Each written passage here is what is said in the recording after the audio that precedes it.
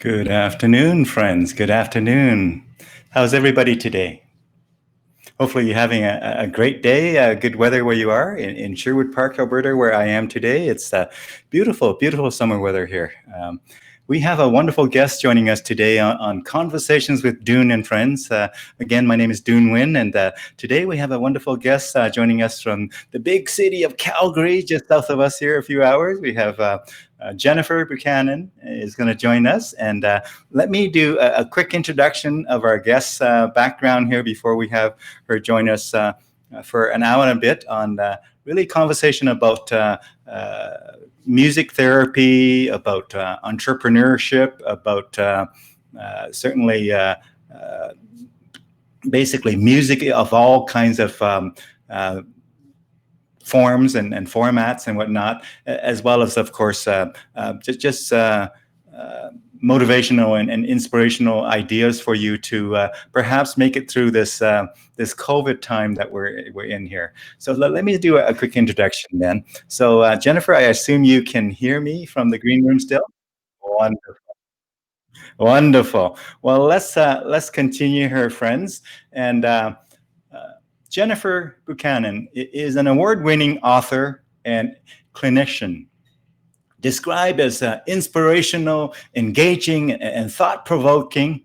Jennifer's keynotes provide a practical strategies grounded in global research and case studies that help foster improve well-being within ourselves, our workplaces, and throughout our community.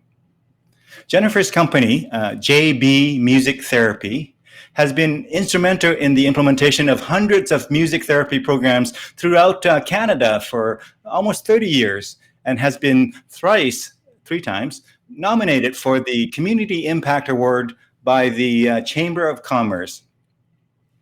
Jennifer is the recipient of the 2 most prestigious Canadian Music Therapy Lifetime Service Awards, the Franni Award, and the Norma Sharpe Award.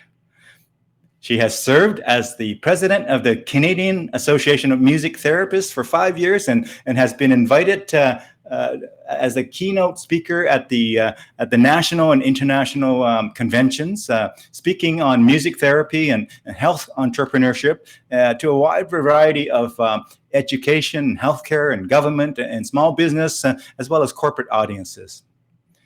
As an author of 2 award-winning books, Tune In and Wellness Incorporated, she has appeared as guests on numerous news and current affairs programs, including Fox News, Health, NBC, CBS, CBC Radio, CBC Television, CTV, Global TV, and has been featured in publications such as The Guardian, the Huffington Post, Chatelaine Magazine, and Canadian Living.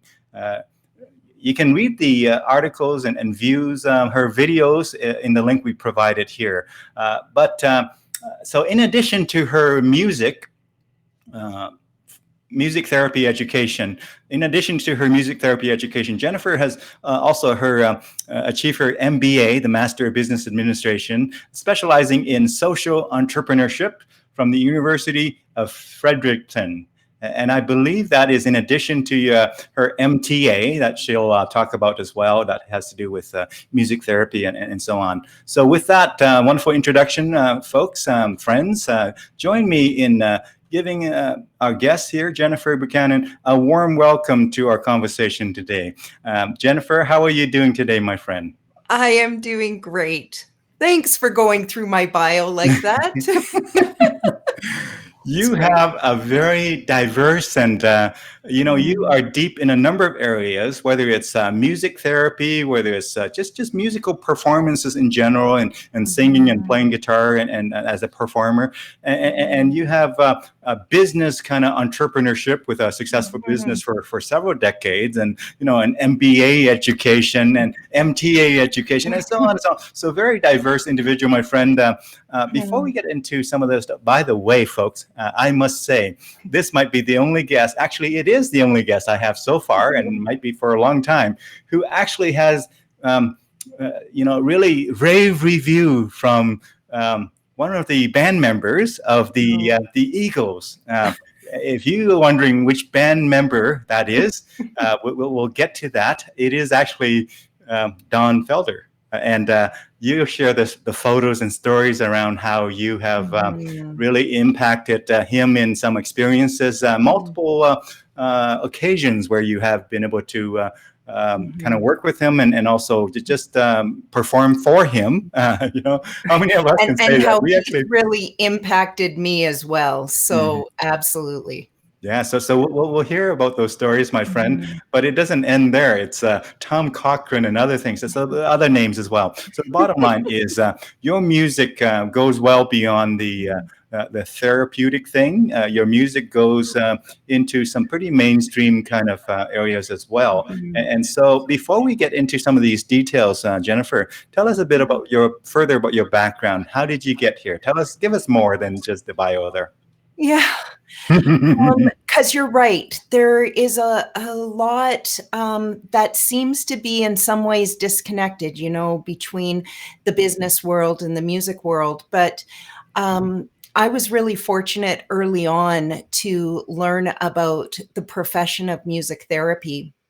And at the time I was hearing about it, I was entrenched in learning the guitar and loving to sing, and public education was absolutely critical in my life, giving me opportunities to be involved in bands and choirs and ensembles and meeting and collaborating with so many people. And I also was interested in the sciences. I was interested in math. I was interested in school in general and people. So I had this diversity of interests right from the get-go. And when I first heard the term music therapy, and I watched a video coming out of the United Kingdom, if I recall, where I watched a music therapist at work working with a young person, I knew right away that that was the bridge amongst all my interests and what would take me to the next step. Wow. So a bit of a kind of a moment in time where you can actually look back and say that was the turning point from being interested in music, caring about people, to actually believing that you can make a long career out of that. And wow, what a robust career you've made. And frankly, provided livelihood for many folks who have been on staff at your team there that you continue to serve. So an awesome career journey. And of course, along the way, you were not done with your first degree was MTA. Tell us about that. So that's the music therapy. So being a certified music therapist in Canada, the credentialing is MTA. To become a certified music therapist, you go to university, you get a degree. We have several master's programs now in Canada. And then you complete 1,000 hours of an internship. You write a board exam, and then you become this MTA where you are serving people within many healthcare systems across the country, education systems. Lots of us are working within the public. I personally have a private practice company where we hire music therapists. Many have come from all across Canada, but also from the States. And we've had people from Europe in the past who are certified music therapists. And this is where the business part has come along, because what I learned early on was if I was going to be able to practice music therapy and share music therapy and make the impact I wanted to make, the best way for us to do that would be in this private practice context where we're mobile, we can go to the people who need us. Our youngest client to date is 2 months old. Our eldest is 104. And this has been the best way we've been able to do that work. Wow. So it's just like that song where they talk about from really young to really old. That Christmas song that we all probably heard before. But wonderful. So that's the MTA side of it. Tell us Mhm. a little bit early on here. Why did you end up pursuing your MBA, seemingly quite later in your career? What went into the thinking behind that? 20 years later, to be Uh-huh. honest. Um, because everything I just told you, as wonderful as it is, and it, as much as I have just loved this work so much, there Mhm. was a lot of gaps that needed to be filled because it was really hard. Mhm. And I was going through a difficult period of time 20 years in. So Mhm. this is after hiring many music therapists. We've had many interns come through. We were serving hundreds of clients each week, but it was still challenging to the point where I was feeling, I guess, the term's burned out. I was feeling very burned out by just keeping it going. But Yeah. I also knew the passion for the work was there. Yeah. And I know you get this, that Mhm. whenever we are feeling low or feeling challenged, education, rest is important. So first Yeah. of all, I did a lot of resting, but Yeah. also education seems to be helpful. And I knew I was missing pieces in the business world, and I knew I was missing pieces specifically in this domain of healthcare within the public setting. Mhm. And I was looking for MBAs for probably 2 to 3 years. And then I found it. And the very first social MBA was out of the University of Fredericton. And Mhm. as soon as it popped up on my screen and I read the description, I went, that's it. That's the one that is most closely aligned with the values that I believe in and that I want to run my business by. Now I want to learn more about it. Mhm. Like all MBAs, it has the neat thing about an MBA is it doesn't matter where you get it. The core courses are all the same, Yeah. but then you get this wonderful thing called the three options at the end. So the Yeah. three options, I was able to be very specific around this social entrepreneur side. Yeah, Mhm. Oh, wonderful. Thank you for sharing that. As you know, I've done my MBA as well, and I know. you never regret it. I have No. not met anybody who've done their MBA and regretted it. And to me, it's not even what you learn. What you learn is cool and great and awesome, but I think it also shifts your perspective about how you see those things. It Yeah. also gives you a level of confidence that maybe wasn't there before, and it also gives you the appreciation for all the other hats in the organization, whether it's HR or finance or operations or marketing or whatever have you, right? I started my MBA just a few days after 9/11, in fact. Wow. Imagine, I was like, I don't know if this is going to be useful Mm, skills, with that, how yeah. how dire it seems at that time with the events of the world. So tell us, my friend, we're going to start from today, and we're going to Mm. kind of go back in time, like a time machine. You can be Michael J. Fox, and I'll see if I can do the Doc thing. My hair is kind of like his hair there with the gray hair, but we'll I start with like your hair color. my I think it COVID looks hair. fantastic. My COVID hair. So tell us, my friend, we're going to go into the time machine. We're going to go right back Mhm. to various parts of your history. But what are you doing these days? What occupy your time? How has COVID impacted you and your company and your staff and your Yeah. clients? Give us a bit of a perspective on that, your own take on it. Yeah. So in some ways, it's affected us a lot. But in some ways, it hasn't affected us as much as I thought it was going to. Hmm. Um, the first thing is literally on March 12th, I believe, around that Hmm. time, and that critical weekend that happened. Um, we knew that we would go from serving all these hundreds of clients to every week to zero. We Mm. knew that was going to happen. Wow. And over the weekend, we looked at what we had, which was some beautiful relationships and clients that we care about a lot. Mhm. And we also looked at the fact that we wouldn't be able to be that mobile healthcare service any longer and Mhm. travel to see them. And like the rest of the world, we transitioned into this virtual world. Mhm.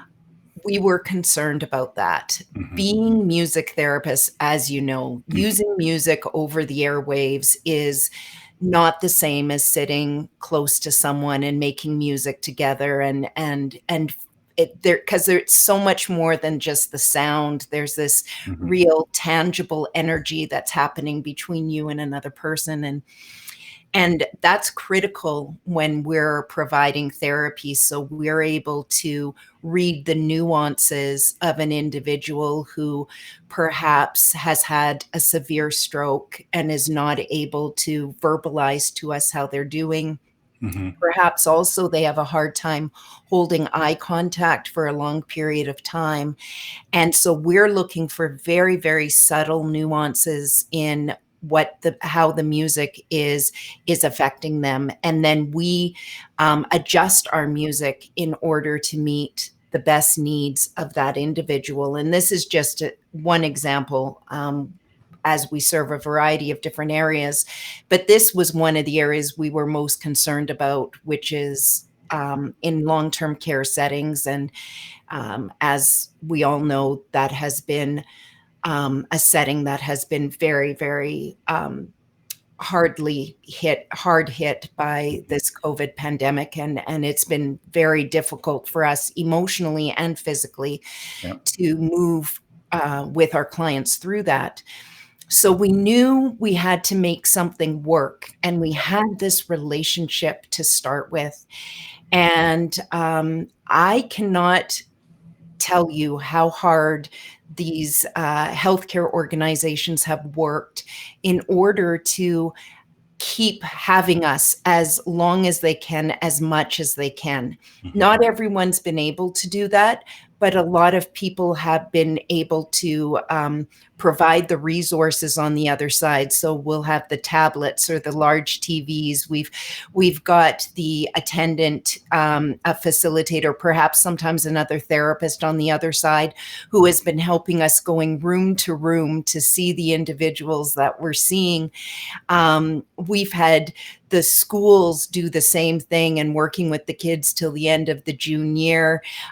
We've also been transitioning into people's homes with them. Some of them have had no instruments whatsoever, so we have been able to clean off some of ours and put them in plastic and deliver them on front porches so people are able to share Wow. in musicking.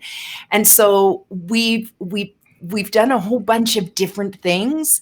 Um, and we're reminded the whole time that at the core of this, and perhaps what COVID is teaching us the most, is around that value of relationship. Mhm. And in music therapy and in business, how that is going to be what gets us through to the other side. Yeah, yeah. I mean, as you shared that story of how you kind of went through all that, I'm just imagining that there would be a very awesome movie or multiple movies that would be created about the kinds of innovation and the kind of, overcoming challenges that people are doing during COVID Mhm. time here. You essentially figuring it out, as you are flying the plane here, figuring out how Mhm. to, change the change the equipment and maybe Right. fix the flat tire. But really wonderful. Thank you for sharing that. So Mm. I best wishes for your continue Thank you. pursuit and focus of that. Basically, kind of. Making things work, a very high touch business, a very high touch kind of Mhm. service, music therapy in COVID times, and it's not going to go away like next week or next month. It'll be a reality for a little while. Mhm. Yeah. Yeah, and I you can't help but think, this is also demonstrating access. Some people have easier access to this virtual world. Some people are not able to access Hmm. this virtual world, and um, as we continue in this, ensuring that every person has access to the services they need has become very paramount in the way we've been thinking. So we want to stay agile. We want to continue coming up with as many ideas as we can. In the summer, we're able to go on a front lawn and look through the window or have someone sit with us socially distanced. I think this winter is going to be challenging in a new way for many of us, right? Yeah. Yeah. As I mentioned in the introduction about the Eagles and about Don Felder, I'm going to just deliver on my promise to share more detail here when I said earlier that we'll tell viewers a bit more about this very cool thing here. Tell us about this, my friend. Tell us about how you came to meet and perform for him and work with him on a couple of things. So one of my joys has also been a part of the more national music therapy profession environment and context. And one of the organizations that I was on the board of directors for, but also I have just always been part of, has been the Canadian Association, or the Canadian Music Therapy Trust Fund.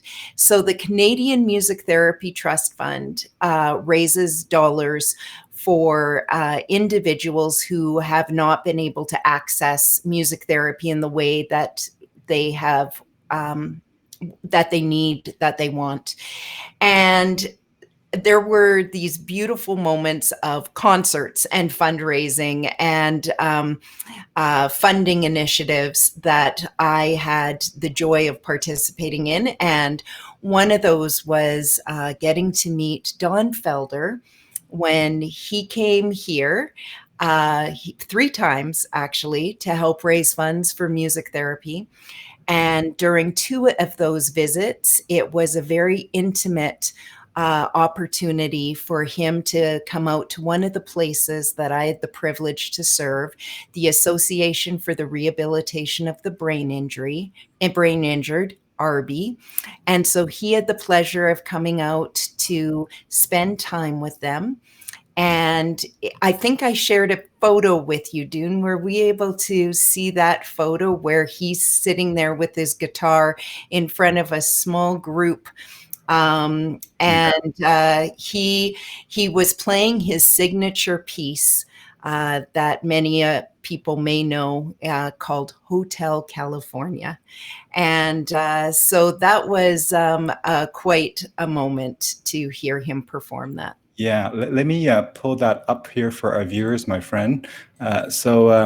Yeah, you also have a very cool kind of photo with just Don Felder as well. So let's see that one first here that you referred to. Let me bring that in here. Actually, before I do that, I gotta read, just in case this is too small for people who watch on the phone. So Mr. Don Felder, lead guitar player of the Eagles, of course, the Eagles, folks that wrote and performed Hotel California that we all love, legendary. So Mr. Don Felder says, Jennifer, through her work, has touched many people in ways that could only be accomplished with both her special gift and her music. Thank you, Jennifer, for giving me and all those that have the benefit of hearing you one of the most heartwarming experiences of my life. That's very cool. That is cool. Yeah. ARBI is an incredibly special place here, and one of the first places I started working at in the early 90s. So I have a long relationship with them. And I don't think there is a more courageous group of people after sustaining a head injury from doing often something they love to do, be it driving or sports, or perhaps they've had a stroke at the height of their career. And This is a group of courageous people who are getting intensive rehabilitation, and to have someone like Don Felder come and spend time and sing some of his signature songs. There was not a dry eye in the house from me and all the other staff. And we saw some remarkable things there. You know, there would be people who would often be a little more slumped in their chair. All of a sudden, they're sitting up so much taller as they hear the actual sounds from the songs, because they sounded exactly how they were supposed to, exactly as the album. It was remarkable. Wow, that's fantastic. And let me just manage this audio here. So, well, that's you know, when you have somebody that famous play for a small group, an intimate setting. Imagine being one of the audience members in there, just one of the very small group to experience that with, you know, connection to history, really. Incredible. Yeah. Yeah. And that would be one of his first of 2 visits that he would make there. And he would also, of course, do concerts at the same time. And that's where a lot of the donations were made. All of this was put together by producer Brian Taylor, who organized this. And yeah, it was an incredible time. Oh, fantastic. Now I have another photo that I'm going to bring in, my friend, and I'm going to just do it right now here. So give me a second to make that happen here. Okay. So tell us about this other photo where you, I don't know if it's at the same event or a different event, but here you are with the... So this one's later. Actually, this one would be his, you can tell we're both looking older at this time. And this was later, and it was just another concert that he would put on, and with a lot of the proceeds going towards music therapy program. So yeah. Wonderful. Yeah, it was great. You know, it's great to see people who basically, as they move on from their quote unquote major projects that we know about, to also be involved in other projects that benefit the various communities and the world at large. It sounds like that's he's into that, and you're definitely into that, my friend, and that's how you connected. That's wonderful. Yeah. Yeah. Did he tell you any secrets, any sort of secrets to guitar solos? Right. I know. Was there an easy way to play that? Yeah. Is there a shortcut to Hotel California solo at the end? I know. If you haven't had the chance to watch the Eagles documentary, I believe it's still on Netflix, the 3-hour documentary. It's so good. It's one of my favorite documentaries, actually, just how they're able to lay it out. It's long, so you might want to watch it in pieces, but they had a long career with a lot of hits. So there was a lot to go through. Yeah. That's fantastic. Thank you for sharing that again. And now MJ, one of our friends here in the Edmonton area, MJ Smallman, I don't know if you know her, but she just really loved the sharing that you just had there about the whole experience there. So thank you. Thanks, MJ. Thanks, MJ. Let's see here. She has a question for you, my friend. MJ says, do you do music? Well, you can read it there. I see that. So do we work with people on the autism spectrum? Yes, often. We work both in the school system, but of course now we're doing a lot of work virtually. And there are music therapists working across the country with all ages and needs in regards to that. Oh, you did catch the Eagles live years ago. That's great, MJ, because it's incredible, right? And the harmonies are amazing. The guitar playing's amazing. All of it's so good. Yeah. Yeah. So tell us, my friend, we're going to get onto your website and we're going to explore a little bit more here. And tell us, again, when did you start JB Music therapy. music therapy? Yeah, started in September of 1991. So it's 29 years old, starting this September. We are, we're going to probably plan something around the 30th anniversary next year. Mhm. And yeah, so it's good. Yeah. So now I must say, your name, the font, the way it up there, I could picture it very easily with a Marshall stacked below it, right there. Marshall See, stacked right there, and some Les Paul, and we're good to go. perfect. I've seen some of your interviews and features on various kind of whether it's CBS or NBC or so those major Mhm. outlets, if you will, the major media organizations, and you looked right at home in those big stages, my friend. Just sitting there, just calmly chatting. Uh, Tell us about this book that you've written, and tune in, and what Mhm. does that mean to you? Yeah, so tuning came at another time in my life where, um, you know, again, I was wanting to reflect, I guess, reflect on what had been gained in the music therapy profession over time. There aren't a lot of books, or there weren't at the time, around the introduction of what music therapy is, written in a way just for the general public. Because not everybody wants to become a music therapist, but they might be interested to know what it's about. And so Tune In is about that. It includes some of these stories that I've had the honor to be a part of, as I've witnessed other people going through whatever they're going through and being able to accompany them with music therapy. It also includes at the end just 10 strategies for the general public to use music more intentionally so that you are able to then use it for things that we're all facing, like now, are those elements of feeling stressed or anxious, worried. Perhaps you're just needing to have a new technique on how to relax more effectively. So that's what the book ultimately is. It also gives you a lot of resources on how you can learn more about music therapy.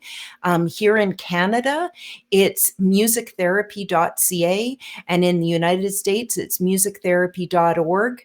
And that's what how you can connect to other music therapists, and learn more about it and see if there's somebody in your community that provides it.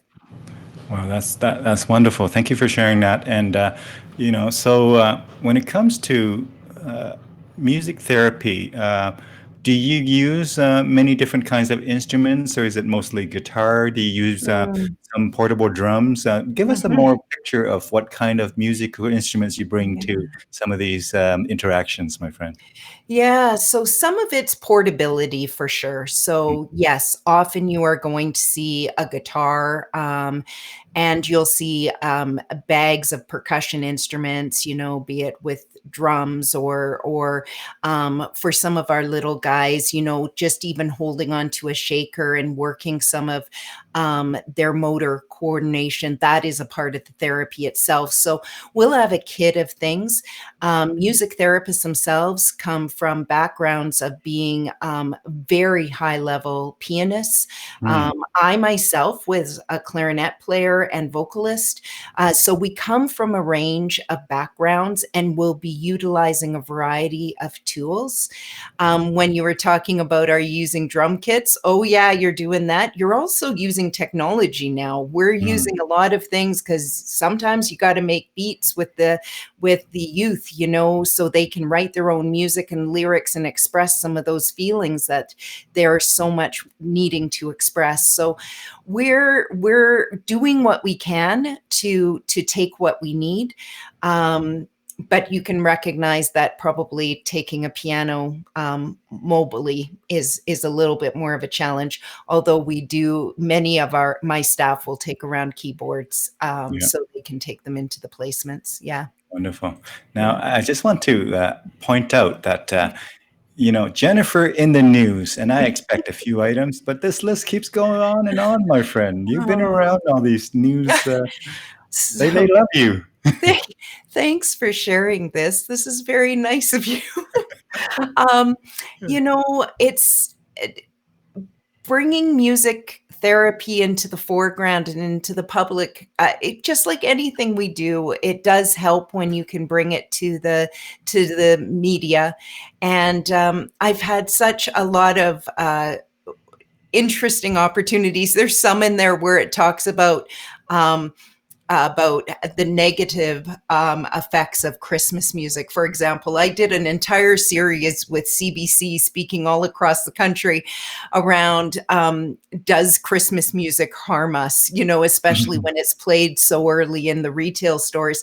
And it's interesting to get into those conversations around music and how it can trigger us both positively and negatively, and what are some strategies we can do. So we can use music to always strengthen us, never to weaken us. So I speak on that quite often. You bet. That reminds me, music in my mind, as you, I'm sure will agree, is a very powerful tool. And anything, powerful tools can be very useful and very helpful, but they can also be dangerous when misused, right? And if you don't know what we're talking about, you just watch an episode of Tim the Toolman Taylor, and you'll probably get a sense of what I mean by that. If you use the power tool wrong, it could hurt, right? So with Exactly. the great power that music has, we have to also be mindful of. And Dune, that's essentially why music therapy became a profession, now being regulated in the different provinces across Canada and being linked, most closely associating it with psychotherapy as well as counseling. That's exactly why this is happening, because especially when we're working with people who have gone through some pretty significant life, in some case, challenges or transitions, or and there's some sensitivities that need to be considered. That is where the training does come in place. And so thanks for recognizing that. It came out of World War II, when we started running out of a lot of medication, but we were recognizing that music could help with the distraction and help relieve pain from people if they could really tune in to that music, and that the music was something that they could really engage with and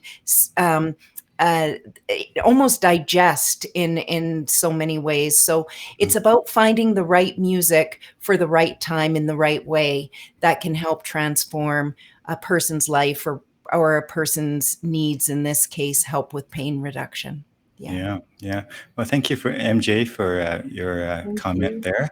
It's fantastic for sure. Now, Jennifer, I'd like to play a video clip for our viewer. Tell me which clip we should start out with, my friend. On your website, if you go to video, folks, you can see all the videos or some of the videos that she has on her site here. Tell me which one to click play first, my friend.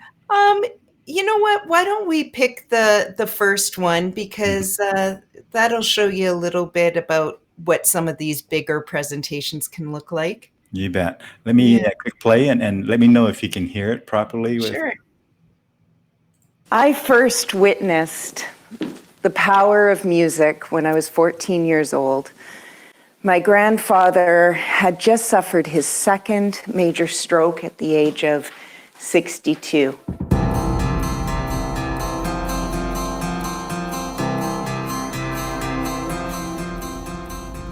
I'm Jennifer Buchanan, and I am a certified music therapist who speaks on music for our best health. He was a real rough and tough guy. He was that guy that grumbled a lot, and he always sent us to the basement because he didn't want us underfoot. Well, I remember the first time I went to the hospital to see Granddad, and I remember how uncomfortable I was. And then all of a sudden, here I am with this grandfather who was no longer able to speak. He would lie in bed most of the time. He had a little bit of drool coming down the side of his cheek. And I didn't recognize that man. I was really surprised when Granny asked me to bring my guitar the following week. Like you, I didn't know that grumpy old men had favorite songs. It was a complete surprise to me, and sure enough, he did. I have seen music work with people who are going through some of the deepest transitions of their life, some of the deepest stressful moments of their life, and help break down the wall that allows them to take the next step. For some of the people that I will speak to, it's about giving a few different strategies. It's not that every strategy is going to affect every person, but one or two of them will a lot. And as I walked into Granddad's room and I sat by his bedside, I'm not exactly sure who looked more terrified, him or I. Granny had pulled up the chair to be really, really close to him. And we just looked at each other, him with no words and me with my guitar. And I started to sing this song that was brand new to me. There'll be bluebirds over. And I saw his face soften. I saw a little bit of a smile, but I also saw something I'd never seen before, and that was Granddad starting to cry. It's over the white cliffs of Dover. Tomorrow, just you wait and see. It was the first time I actually felt connected to him. He reached out, he held my hand. And so I went on the quest to learn, why does music do this? And I've been on that quest ever since. When you're inspired by the music you hear, those same blood vessels actually open up a little bit more. That's why we can feel so much more imagination, creativity, warmth. When I'm talking to the audience, we then look at 5 elements of music. So we break down music because every element of music affects us slightly differently, to eliminate some stress, help us feel better, and to particularly support us during some challenging times, which we know we'll always face.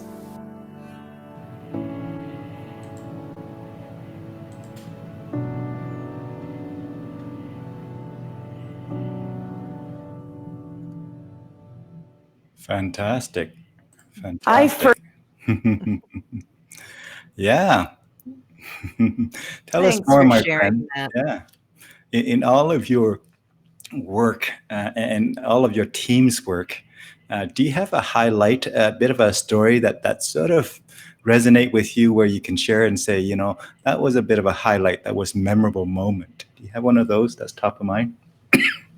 Yeah, there's been a lot. I don't know if I can pick one, but I can tell you something that has started happening that has been really meaning a lot to me. I continue to work in palliative care, which is end of life care. And I now, as we've talked about, I've been doing this work for 29 years, and it is interesting now to be in end of life care, working with some of the people I worked with years ago in different settings. Some of them have actually been they have come up to me during a session and they said, "We know you're not going to remember who we are, but you used to work with our child years ago, and now we're here saying goodbye to my mom." And so having this opportunity to be with people in all the ways that life takes us, through all the stages, through this life circle, that we are living in. And music ultimately is a part of that. It is the bridge, not just between people, but between times and moments. And it's been, um, I also feel, just owning a business for so long and doing one thing, which to some people might sound so boring, staying in one thing for your entire life. But what I'm finding now is this opportunity to go to that next layer level, getting to know more of the people that are around these clients that we serve. And yeah, it's been beyond a privilege for me. Yeah, well, that's fantastic. Now, I do want to maybe hear from you a little bit more on the two books that you've written so far. I think they're on your website right here, so I'm going to bring them in and tell us Oh. about. Now, I don't know which one you wrote first, my friend. Which was your first book? Tune In was the one I wrote first. So that's that introduction to what music therapy is with the strategies, and it has the stories that go along with it. Hmm. And um, it was I didn't realize I was going to enjoy writing as much as I did, and I loved it. Hmm. So writing the next book came out of doing the MBA. And before I tell you about that book, Dune, I was going to ask you, do you remember what your favorite class was during your MBA? My favorite class during my Yeah. MBA, you Yeah. know, if I had to just pick one, it's actually one of my residential elective where I got to be in Kelowna. That Mm. was before the right when we left, where they had a fire shortly after, like a Oh day no. after. But yeah, that residential elective was really Mm. uh, resonated with me, where we went as a team up there and we did some consulting for Campion boats actually, and we presented our findings and recommendation in that big Love it. theater there. So it was sort of a residential on-site residential. Oh, I love that. That's so great. The practical opportunities are so incredible. We did something similar. It was virtual though, and it was with a charity out in Ontario. So we were able to Hmm. do something similar. It was I'm sure you call it the same thing, the capstone project, You right? bet. Yeah, All yeah. together. So that's great. So Wellness Incorporated came out of that time as I was working hard to find um, our business's place amongst business and how we talk about business. And I did recognize that when you own a business within healthcare, it is different. It has a different language to it. It carries with it a different tone. It is not only people centric, but it's about the welfare of those people centric and the care of them.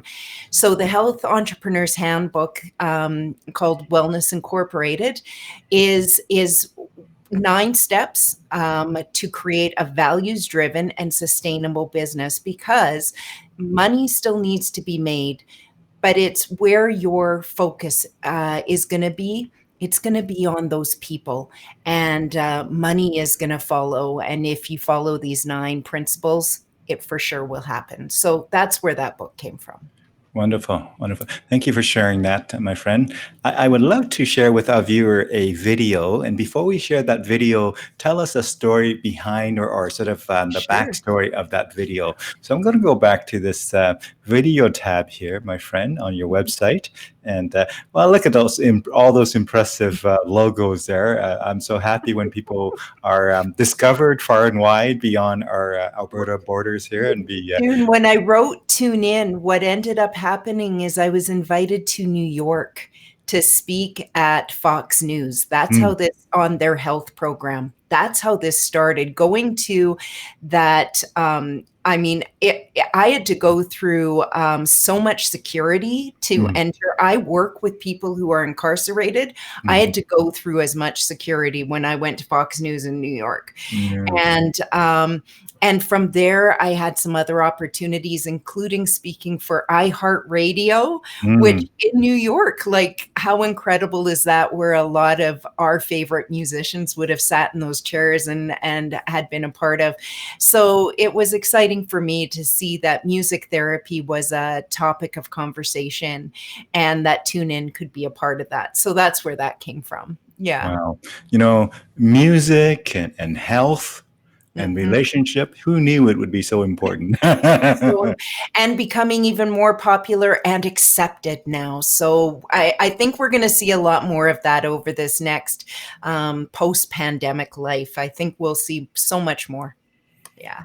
Reminds me of that song where it goes, is Anne Marie or somebody who says, who's it? I was country when country wasn't cool. Well, you were music therapy back 29, 30 years ago when people didn't When really it wasn't know, cool. when Yeah. it wasn't quite what it's about to kind of Right. become.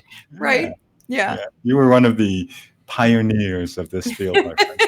So tell us, in the video here, we played the first video. Sure. Tell me. Let's scroll down a bit. Yeah, How about yeah. if we look at a little bit about a client? Would you like to see a bit of a session? Yeah, You keep bet. I like going. to see and hear anything that you want to Okay, share. that's so sweet. Let's go a little further.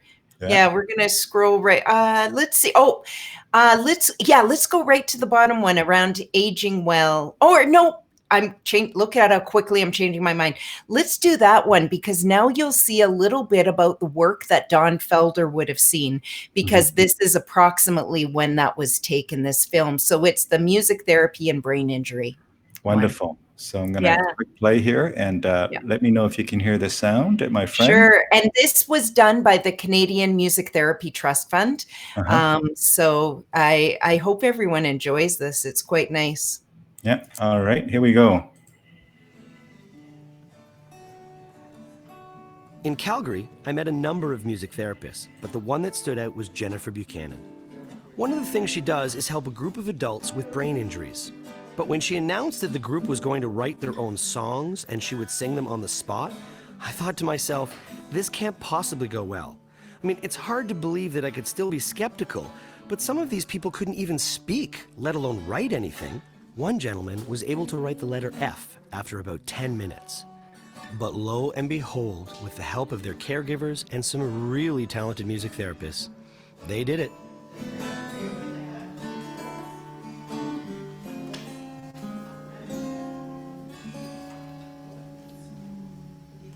How's everyone doing? Are you ready?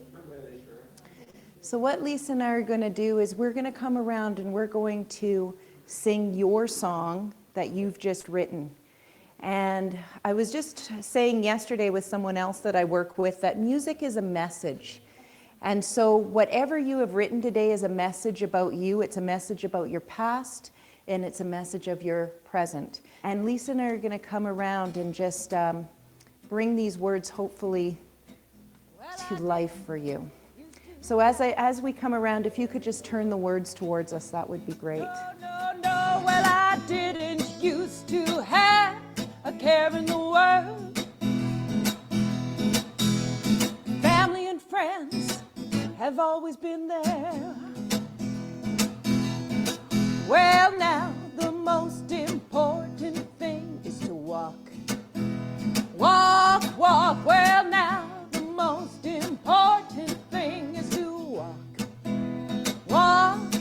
And family and friends, well, they're still there. So the process is that you request from the participant to provide some of their thoughts around what's important to them. Some of them needed a bit more support, and that's where having collaborative works with the aides and other staff member come into play there. And with the very first person you saw was Mike, and he actually hadn't even written anything. He was able to get an F out, and even that took a lot of challenge for him. And in talking with him just prior, I was led to the assumption that it meant fishing was meaningful. And just by him blinking his eyes once, he told me yes, that was correct. What I wasn't expecting was his strong emotional response immediately after. Fishing is something I love to do. Fishing brings such good memories of the time I used to sit in the boat relax my legs, pull on the rope. Fishing brought me so much hope.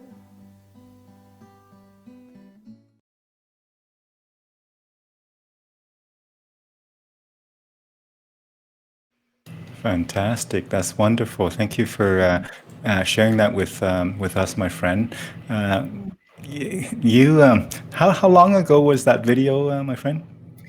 I am thinking, oh gosh, I know I should have looked up the date of that. I know because I looked so much younger. Is that why you're asking? It's probably close to a decade now. Yeah. Yeah. And so that's when but we continue to provide service at that particular location. We do group work, of course, not so much in the same way right now, but we look forward to seeing everyone in person again. Yeah. I have a few photos that I want to bring up in relatively random order. And I'd like you to, now a couple of them we already touched on. So, but let me go ahead and share that, my friend, because as I bring up the photo, if you could tell us the story behind it. Now, we have already shared this particular photo here earlier. And so I'm just bringing it up here as a recap. Let me get rid of that text there, my friend. So that's right at Arby, and during a time where we were doing a fundraising campaign for the Canadian Music Therapy Fund. Yeah. Mm-hmm. Very cool. Yeah. Yeah. And that's that wonderful, intimate performance by, where he also played Tequila Sunrise. Yeah. Oh, wow. It was all that. Yeah, Mr. Don Felder, Right. of course, of the Eagles, and playing for an intimate audience there. Very, I'm counting probably a dozen or so that I can see. I don't know how many are out of view there. There were quite a few of us hovering along the wall, but but it was pretty much that. It was pretty special. So these were the VIP seats right here. Absolutely. There was also, okay, cool. Ah, look at that. I recognize this man. I recognize lovely, hey? Oh. So this was another fundraiser, and it was put together by Brian Taylor, who was a producer who's just been such an advocate of music therapy across Canada. And I had the pleasure of going and spending some time with Tony in the back and having a chat and being able to thank him personally on behalf of music therapists. Wow. Yeah. Tony Bennett, of course. I know, so great, right? And there you are again. Yeah, that was that one was, I believe, at the Grey Eagle Casino. I think that one was here in Calgary. Yeah. All right. Very cool. Very cool. I'm just looking his shirt here, what it says there, but just a number of different things going on there. I can't tell either, but he looks so rock and roll, eh? Like, so great. Oh, Tom Cochran. This was when my hair was really dark. Tom Cochran, another fundraiser. I mean, he's such a philanthropist. You see him at golf tournaments all the time. And here he was putting on a concert, and again, proceeds going towards music therapy programs.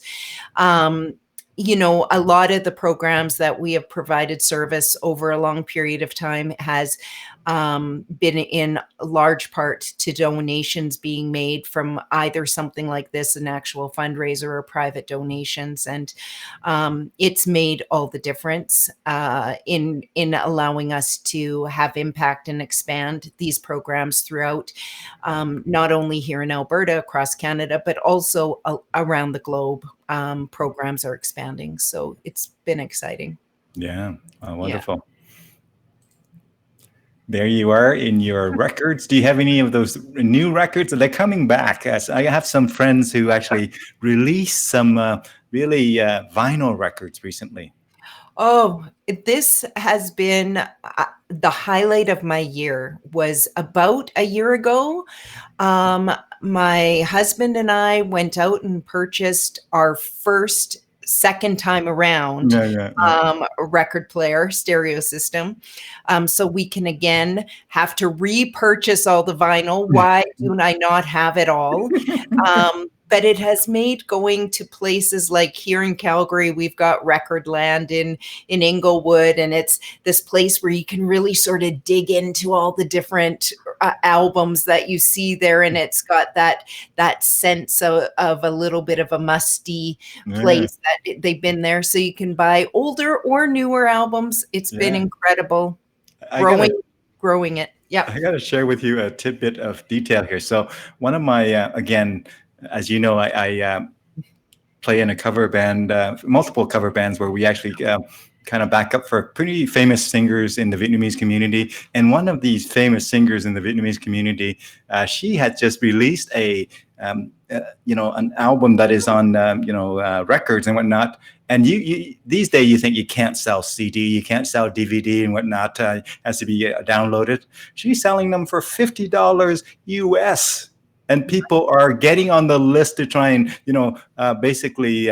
Because it's limited kind of production and whatnot, that people are like trying to get on, and there's perhaps maybe there's some auctioning where they would bid it up and whatnot. So it's all based on the context, I guess. But $50 US dollars, which is a whole lot of money in Canada. I guess it's about understanding your audience, right? Knowing who they are. Yeah, that's great. Yeah. So there you are. Tell us about the guitar as a tailor. Which one is that? Yeah, that's my tailor. I've got a few, but that one's nice. That one's right behind me right now as well. It's lovely. So yeah. Yeah. Tell me, you have a very special black guitar that I used to see you with that wasn't a Taylor. It's a Parker. Yeah. Was it? Yeah. I still use a Parker. So it was the only, so Parker, like in the band Kiss, you see all the real unique shaped, those are often Parkers, the unique shaped ones. They made sort of a more classic acoustic electric guitar. And it's nice because it's thin, but it still has a body, enough of a resonance that I can play acoustically. So I actually use that one a lot in sessions right now, and enjoy that one a lot. Yeah. Very cool. Very cool. So tell us, my friend, as I know you have to go soon as well. I have so much that I wanted to ask you, and so much that we could show. But let me go back to maybe your website here, my friend, and let's take a quick look at it again. And as you look into this here, and let me make it kind of like that, and let's get back to this. So on your website, you can see a lot of different things here. There's all kinds of rave reviews and books and coaching. You do some coaching. Tell us about that. Yeah, so the coaching is around the second book, The Wellness Incorporated. I love supporting other people who want to go into private practice, regardless of what health field or wellness field they're in. And so I provide individual and group coaching for that. The Health Entrepreneurs Hub is the group coaching portion, and it's completely enjoyable. And it's based on, there's 9 classes in regards to that, based off the book Wellness Incorporated, the 9 Steps to a Sustainable, Values-Driven Business. Very cool. So you have one-on-one coaching as well as group coaching, I see. Yeah. Very cool. Very cool. And how what might people find on your blog, my friend? Well, right now you are going to find always a variety of things around music. Sometimes they're also business related. And as we're transitioning through different times in our life, and so you can just click under a category that looks interesting to you, depending on what you're the most interested in. And can find the different blogs that will associate with that. As I said, I do love writing, but I'm also open for people just to contact me. On that last page, the contact page, you can sign up. I've got 3 different types of newsletters because I know different audiences are coming to my websites for different reasons. And so you can learn more about music therapy, or you can learn more about presentations, whatever is your interest there. And you can sign up there, or you can just send me an email. I love meeting new people. Yeah. Coaching. Wonderful. And you got your books. And so tell us, my friend, as we look at your 29-year Wow. Is this a case where next year you'll be like 29 again, and next year you'll be 29 again with your Don't you business? think Does that apply with business or no? think you're right? Because I know people are adding up. Yeah. I keep giving away my age when I tell how old my company is. Yeah. Yeah, wow. So your company is a little bit of sort of your baby all these years, and you feed it, you guided it, you grew it, and tell us, my friend, what does that look like as you look out the next 5 years? What Yeah. does JB Music therapy Mhm. look like? I've been thinking about that a lot because we don't know. Mm, It's one thing to be able to make some sort of guesstimates as to where it's going to go.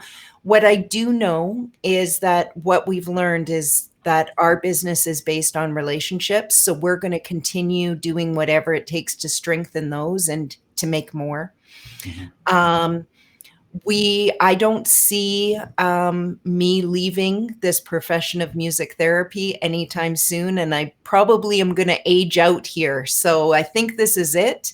I will be a certified music therapist for the rest of my life, and in some form practicing and sharing and with the public as well as with our clients. So um, at the risk of sounding again boring, I'm probably just going to continue doing more of the same. However, my friend, however, we got this new, relatively new. When did you graduate from your MBA program again? See, you're asking me all the hard questions. Am I going to Yeah. have to look at my certificate? Probably about 6 or 7 years ago. Right. So relatively recent. So the MBA will factor into it, but probably more importantly, by a long shot, is COVID is going to make it fresh and new for For you, my sure. friend. As scary as Mhm. it is going to bring in new elements that we can I agree. seize, or in fact, to just be scared of if you want to. But every time there's change, significant change, there's going to be new opportunities. Post-war, Absolutely. as terrible as the war was, whether it's World War One or World War Two, after the war, it's a new reality, and people have to figure out how to Yeah.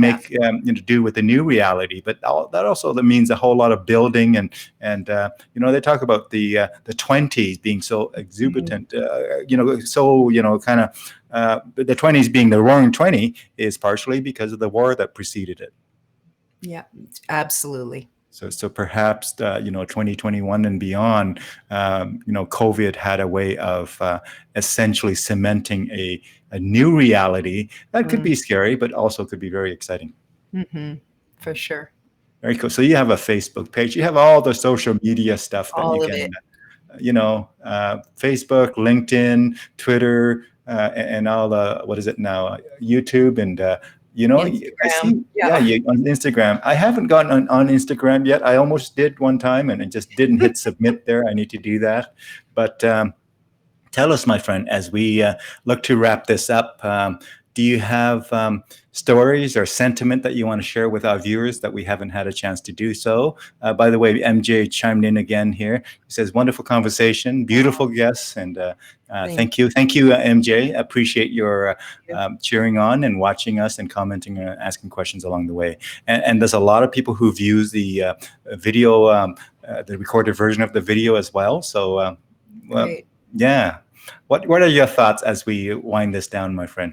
I just want to encourage everyone to perhaps pay a little even more attention to your music during these times. I know these times are difficult, but your music can be a comfort and familiar, and it can take you to that place in yourself where you feel okay. And that's what I would like for everyone out there today. You bet. Well, thank you so much. Is there a video? I'll put you on the spot here. Is there a video that you like me to play while we fade out here, my friend? Is there a video clip that is top of mind that might be of You know interest? what? You could play the last one as we're closing out. You can share a little bit about Neil and the aging well, as a reminder of the love we all have for those living in long-term care right now, and hoping for the best for them and wanting the best for our elders. for Yeah, sure. this one right here. Yes, please. All right. While I just get prepared for it, let me just say this, though. I just want to say again, thank you so much, Jennifer, for spending time with us today here in this conversation. And also, thank you for, again, bringing all the aspects of your work, whether it's music, whether it's therapy, whether it's, the egos or all the various musicians that you had the opportunity to collaborate with and meet along the way. And best wishes to your company, JB Music Therapy, as you continue to make your way through COVID here and work yourself through the new reality that we're seeing.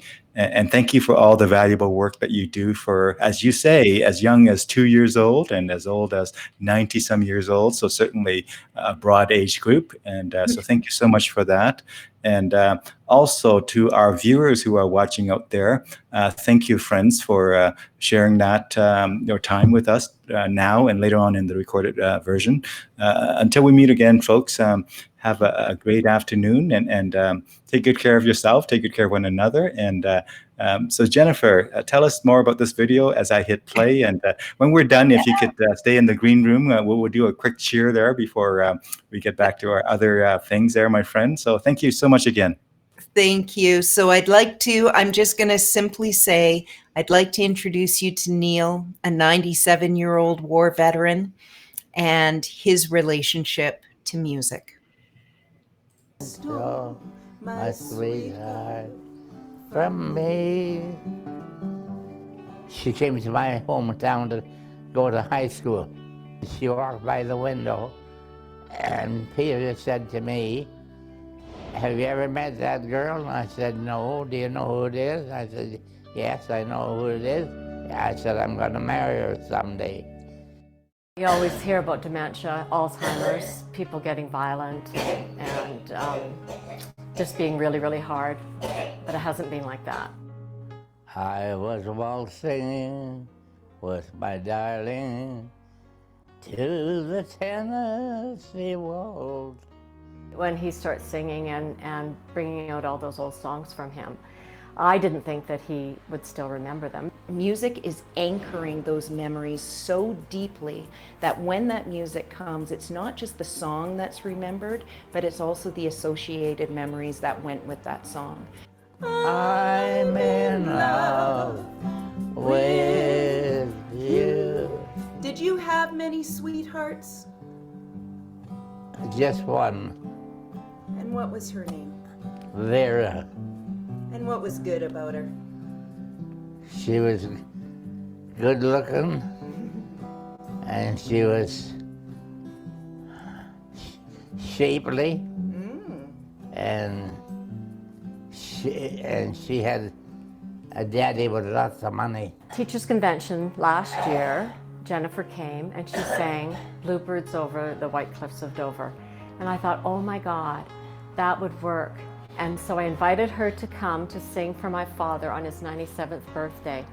He loved it so much, and he sang and sang and sang, and she laughed all the way through it because he really did know more songs than she did, and he was teaching her songs. So then I thought maybe it could work, and I asked if she could come once a week to sing. Tomorrow, when the world is free. His mental pictures that he would have, we won't truly know what those are, but it was very evident as the song is being sung that he's somewhere else. He's not necessarily with me in that moment. You can see him turn his eyes over to the side, and he's gone somewhere else to those mental pictures, you know, in the front of his lobe, seeing them. And I know just how much I have lost. Every week I look forward to it, and it's just an hour of just pure happiness because he just sings and sings the whole time. And then he doesn't finish singing the whole rest of the day. He never stops the whole day after she's been here. Music can tap into that part that helps them feel I'm okay. Thank you, music therapy, for giving me my dad back. Let me hear You whisper that you love me too. My friend.